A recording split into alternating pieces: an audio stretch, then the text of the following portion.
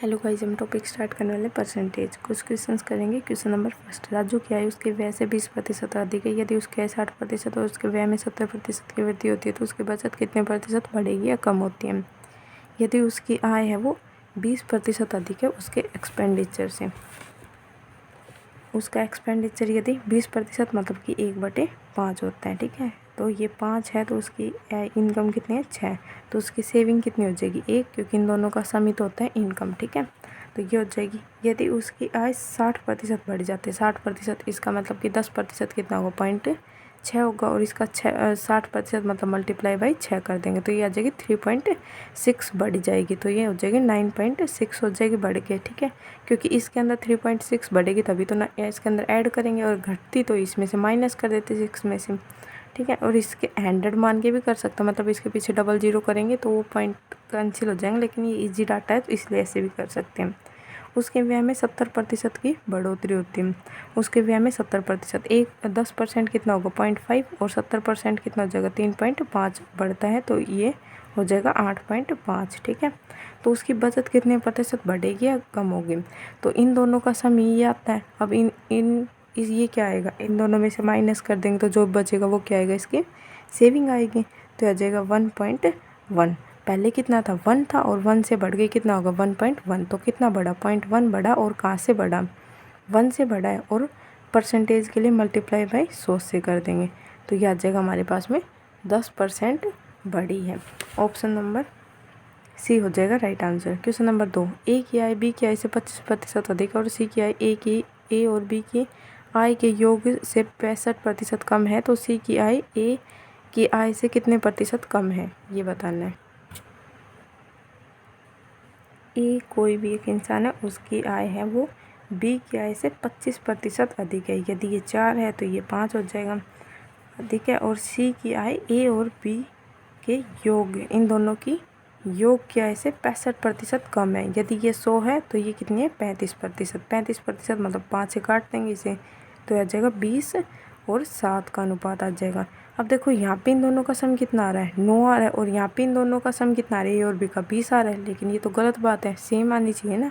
तो हम इसे सेम करेंगे, इसे पूरी टर्म को 9 से मल्टीप्लाई कर देंगे, इसको किससे 20 से मल्टीप्लाई कर देंगे, तो एक की वैल्यू कितनी आ जाएगी 100 और 20 चौक 80, ठीक है। तो इसका अनुपात आ जाएगा 100 और 80, ठीक है। 9 7 63 और ये 180। अब देखो यहाँ पे भी इन दोनों का सम 180 होगा और यहाँ पे भी 180 हो गया, ठीक है। अब जो पूछा वो निकाल दो। तो अब पूछा गया हमसे सी की आय ए की आय से कितना प्रतिशत कम है। सी की जो आय है वो ए की आय से कितना प्रतिशत कम है, ये कितना प्रतिशत कम है 37%, और कहाँ से कम है 100 से, और मल्टीप्लाई बाई 100 करेंगे तो हमारे पास में कितना आएगा 37%। हमारा क्या हो जाएगा right answer, option number D, ठीक है। क्वेश्चन नंबर 3, ए की आय बी की आय से 50% अधिक है। यदि ए की आय 40% की वृद्धि हुई और बी की आय में 90% की वृद्धि हुई तो उनके संयुक्त आय में कितने प्रतिशत की वृद्धि हुई है। ए नाम का कोई एक व्यक्ति है और एक बी नाम का व्यक्ति है। यदि ए की आय है वो बी की आय से 50% अधिक है। यदि ये 2 है तो ये 3 है। ए की आय में 40% की वृद्धि होती है, ठीक है, 40% की बढ़ोतरी होती है, और बी की आय में 90% की बढ़ोतरी होती है। तो उनकी संयुक्त आय में जो पहले ये 5 थी तो ये बढ़ के कितनी हो गई ये बताना है। तो हम मान लेते हैं वो बढ़ के कितनी हुई होगी, तो ये वेटेज एवरेज से भी हो जाएगा और डेविएशन से भी हो जाएगा, लेकिन इजी डाटा है तो वेटेज एवरेज से कर लेते हैं। तो इसमें हमें क्या करना होता है, इन दोनों की हमें मल्टीप्लाई करनी होती है। ये कितना आ गया हमारे पास में 40 मल्टीप्लाई बाई 3 करेंगे तो ये 120 हो जाएगा, 120। और फिर इन दोनों के बीच ये बढ़ रही है तो प्लस का साइन, अगर घट रही होती है तो यहाँ पे माइनस आ जाता है, लेकिन बढ़ रही है तो प्लस, ठीक है। इन दोनों की मल्टीप्लाई, ठीक है, तो ये कितना हो जाएगा 180 अपॉन में जो भी हमारे पास में टर्म दे रखी है इनका ऐड करना है, तो 3 और 2 की 5, ठीक है। और परसेंटेज के लिए हम 100 से मल्टीप्लाई कर देंगे, लेकिन ये तो हमारे पास में ऑलरेडी परसेंटेज में दे रखा है, ठीक है। तो ये हो जाएगा 300/5 इज इक्वल टू 60%, मतलब कि जो पहले इनकी संयुक्त आय थी उससे अब इनकी ये बढ़ गई। अगर ये 40 और 90% बढ़ी है तो अब इन दोनों की संयुक्त आय 60% बढ़ गई। तो ऑप्शन नंबर सी हो जाएगा हमारा राइट आंसर, ठीक है। क्वेश्चन नंबर 4, जब किसी वस्तु के मूल्य में 40% की कमी होती है तो उसकी बिक्री में x% की वृद्धि हुई। यदि राजस्व प्राप्ति में 60% की वृद्धि हुई है तो x का मान बताना है। कोई भी एक वस्तु है, ठीक है, उसके मूल्य में 20% की कमी हो गई, तो अगर कमी हुई है तो लोग उसे ज़्यादा खरीद रहे हैं। 20% की कमी मतलब कि 5 से कितनी हो गई, 4 हो गई, तो उसकी मतलब कि बिक्री में x% की वृद्धि हुई। पहले मान लेते हैं y बिकती थी, अब कितनी बिकने लगी, x। तो उससे जो राजस्व मतलब जो टैक्स मिल रहा है वो कितना, उसमें कितनी वृद्धि हो गई, 60% की वृद्धि हो गई। मतलब कि 3/5, मतलब कि जो पहले 5 था तो अब कितना हो गया, 8 हो गया, ठीक है। तो हमें बताना है ये x की वैल्यू क्या है, ठीक है, इस x की वैल्यू निकाल के बतानी है। तो ये आ जाएगा हमारे पास में 5y और ये आ जाएगा 4x, ठीक है, और इज इक्वल टू आएगा हमारे पास में 5/8, ये 4x होगा ना, 4x होगा। तो 5 से 5 कैंसिल हो जाएगा, 4 दूनी 8। तो मतलब कि हमारे पास में जो पहले था वो कितनी थी, y थी, और अब बाद में वृद्धि हो गई, कितनी हो गई वो चीज़ की मतलब कि बिक्री कितनी हो गई, x हो गई। तो मतलब यहाँ पहले कितना था, 1 था, कट गया तो ये 1/2 आएगा ना। तो पहले कितनी वैल्यू थी इसकी, 1 थी, और अब कितनी हो गई, ये 2 हो गई।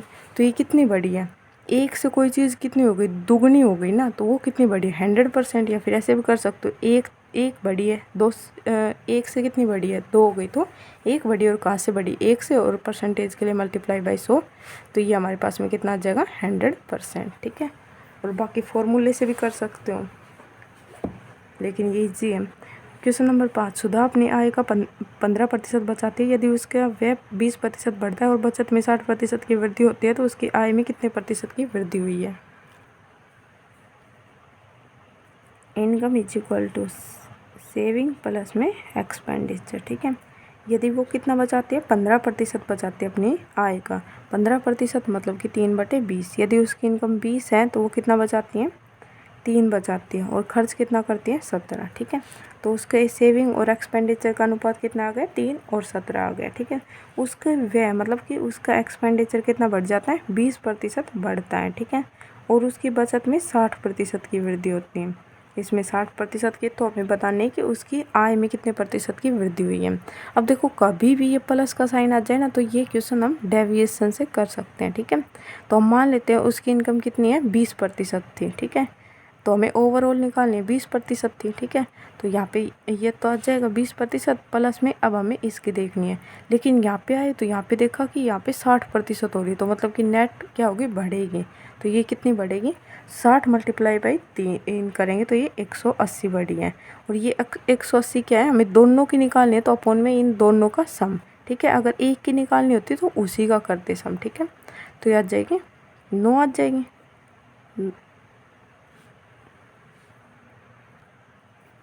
ये एक छोटी सी गलती हो गई यहाँ पे, 20% हमने मानना था, तो 20% से जितना कम है उससे मल्टीप्लाई करना होता है। ये 20% से कितना ज़्यादा है, ये 40 अधिक है, तो 40 से मल्टीप्लाई करना होता है 3 को, तो ये आ जाएगा 120 बटे जिसका हमें निकालना है। तो इन दोनों का निकालना है, इन दोनों का सम, अगर एक डिजिट का निकालना होता तो 1 आ जाती, तो आ जाएगा 6, मतलब 20% और 6, तो ये आ जाएगी ओवरऑल कितने प्रतिशत बढ़ी है उसकी इनकम, 26% बढ़ी है।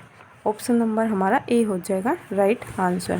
क्वेश्चन नंबर 6, यदि ए बी से 20% कम है और सी डी से 30% अधिक है, यदि डी ए से 25% कम है तो निम्न में से कौन सा सही है, ये बताना है हमें।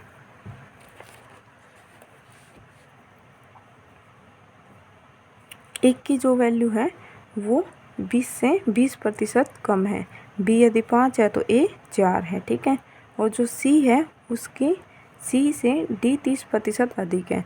यदि ये 3/10 हो जाएगा, यदि ये 10 है तो ये कितना आ जाएगा, 13 आ जाएगा। सी डी से अधिक है, सॉरी सी डी से अधिक है, डी से, तो ये आ जाएगा डी से अधिक है, तो डी अगर 10 है तो सी कितना हो जाएगा, 13, ठीक है।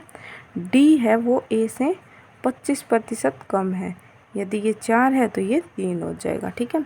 अब हमारे पास में कॉमन क्या क्या आ रहा है, यहाँ पे डी और ये ए आ रहा है, तो इसे ऐसे लिख लेंगे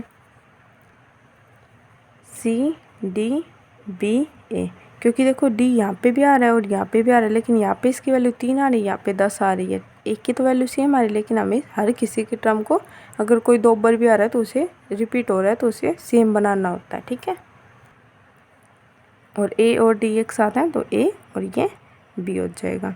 सी और डी के बीच में क्या बोल रखा है, 13 है, तो डी कितना है, 10 है। तो एक लाइन छोड़ के फिर डी और एक के बारे में क्या कह रखा है, डी 3 है तो ये 4 है।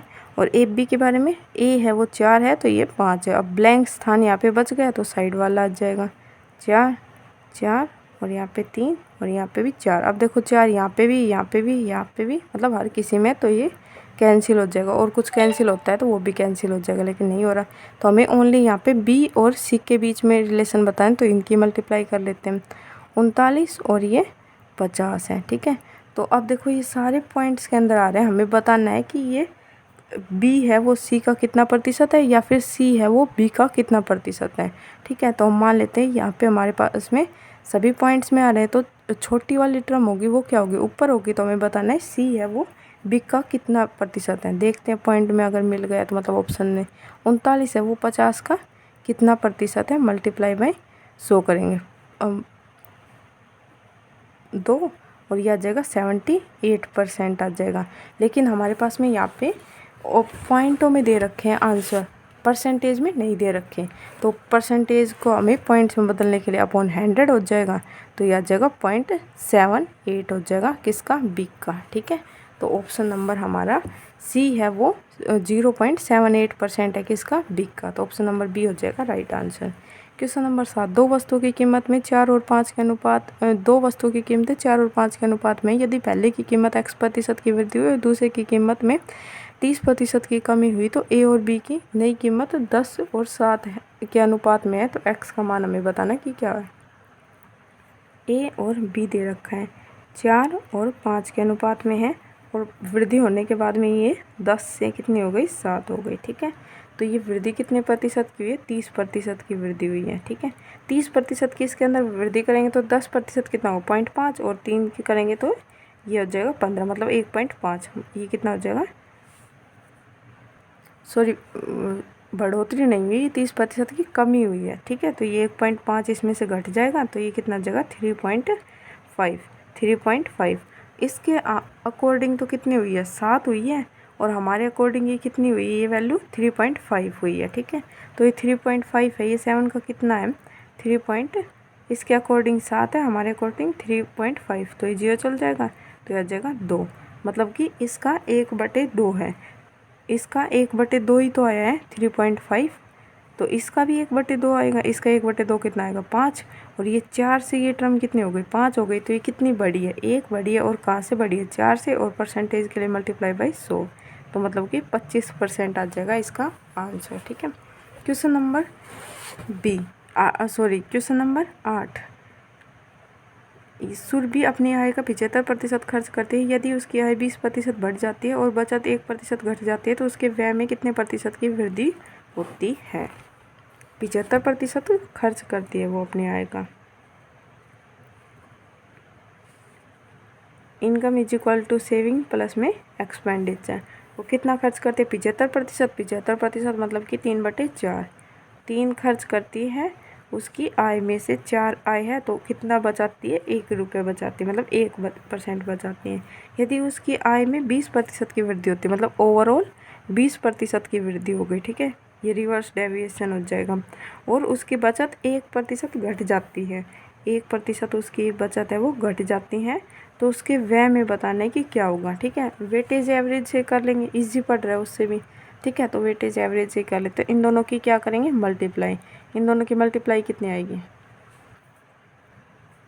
1 की -1 में करेंगे तो -1, और ये 3 की क्वेश्चन, क्योंकि ये बढ़ रहा है तो पॉजिटिव आएगा, ठीक है। तो 3 क्वेश्चन मार्क। और इन हमें किसकी निकालनी है, वेटेज एवरेज से निकालें तो इन दोनों का सम होगा। अगर डेविएशन होता तो जिसके निकाल रहे हैं वैल्यू उसी के अपॉन में रखते हो, उसी की वैल्यू। तो ये 20% है, उधर जाके ये कितना हो जाएगा, 20 से मल्टीप्लाई होगा तो 80% हो जाएगा। 3 क्वेश्चन मार्क 80%, और ये उधर जाके एक ऐड हो जाएगा, उसमें माइनस है, उधर जाके प्लस 81 हो जाएगा। तो क्वेश्चन मार्क की जगह कितने थे, 3 2 6 3 7 21। तो ये 27% की क्या हुई, वृद्धि। तो ऑप्शन नंबर ए हो जाएगा राइट आंसर। क्वेश्चन नंबर 9, ए की आय बी की आय से 40% अधिक है। ए की आय में 25% की वृद्धि होती है और बी की आय में 40% की वृद्धि होती है, तो ए और बी की संयुक्त आय में कितने प्रतिशत की वृद्धि हुई ये बतानी है। वैसा ही क्वेश्चन है जो अभी किया था। ए और बी की आय, ए की आय बी की आय से 40% अधिक है, मतलब कि 2/5।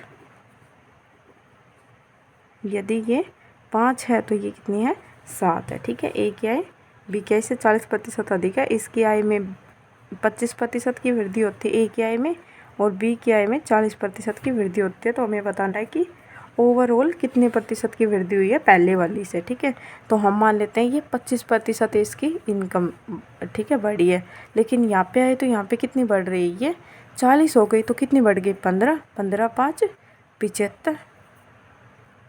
या फिर ये भी वेटेज एवरेज से हो जाएगा, उससे जी टर्म है उससे भी हो जाएगा। इन दोनों की मल्टीप्लाई प्लस में इन दोनों की मल्टीप्लाई, 40 मल्टीप्लाई बाई 5 से अपॉन में इन दोनों का सम 12। ठीक है, तो यह आ जाएगा 25 7 175 प्लस में ये 200 अपॉन 12, तो यह आ जाएगा हमारे पास में 375 अपॉन 12। तो 12 तिया 36, 1 12 1 12, 3 12 दूनी 24, 6 12 5 60, 31.25 आ जाएगा। ऑप्शन नंबर हमारा ए हो जाएगा राइट आंसर। यदि और डेविएशन से करना चाहे तो उससे भी हो जाएगा। ठीक है, ये क्वेश्चन नंबर 10, यदि चीनी के मूल्य में 20% की वृद्धि हो जाती है और कोई व्यक्ति अपने खर्चे में केवल 8% की वृद्धि करना चाहता है तो उसे अपनी खपत में कितने प्रतिशत की कमी करनी होगी। अगर कोई भी एक व्यक्ति है, अगर देखो मूल्य बढ़ेगा तो उसका रुपए भी उसे ज़्यादा अगर पे करने पड़ेंगे, अगर वो उतनी ही क्वांटिटी कोई चीज़ अभी भी कंज्यूम करेगा। तो पहले मान लेते हैं वो 100 रुपये की, मतलब 100 रुपये की कोई चीज़ थी और अब वो 20% बढ़ के मतलब 120 की हो गई। ठीक है, पहले जो वो 100 के सामान लेके आता था अब उसे 120 रुपये खर्च करने पड़ेंगे उसी चीनी के लिए। लेकिन वो 120 खर्च करना नहीं चाहता, वो केवल 8% ही बढ़ाना चाहते हैं अपनी जो पहले वाली वो जितना खर्च करा था उससे। तो इसका 8% कितना हो जाएगा, 8% बढ़ाएगा तो 108 हो जाएगा। ठीक है, अब उसे कितनी उसकी खपत है वो कम हुई है। पहले वो 120 की कर रहा था, मतलब कितनी खपत उसे कम करनी पड़ेगी ये बताना है। पहले वो 120 की कर रहा है लेकिन अब वो कितने करेगा, 108 की करेगा। तो कितने कमी आई है, ये आई है 120 माइनस 8 करेंगे तो ये 12 की कमी आई है। और ये कमी आई कहाँ से है, 120 से आई, क्योंकि वो पहले इतनी क्वांटिटी का कंज्यूम कर रहा था लेकिन अभी तो कम कर रहा है। तो हमें ये बताना है कि ये कितना कम है। तो ये आ जाएगा 0, ये आ जाएगा 10%, मतलब उसे अपनी क्वांटिटी के अंदर 10% कम करेगा तो वो मेंटेन कर पाएगा यहाँ पे 108 में। तो ऑप्शन नंबर ए हो जाएगा हमारा right answer. Okay, thank you.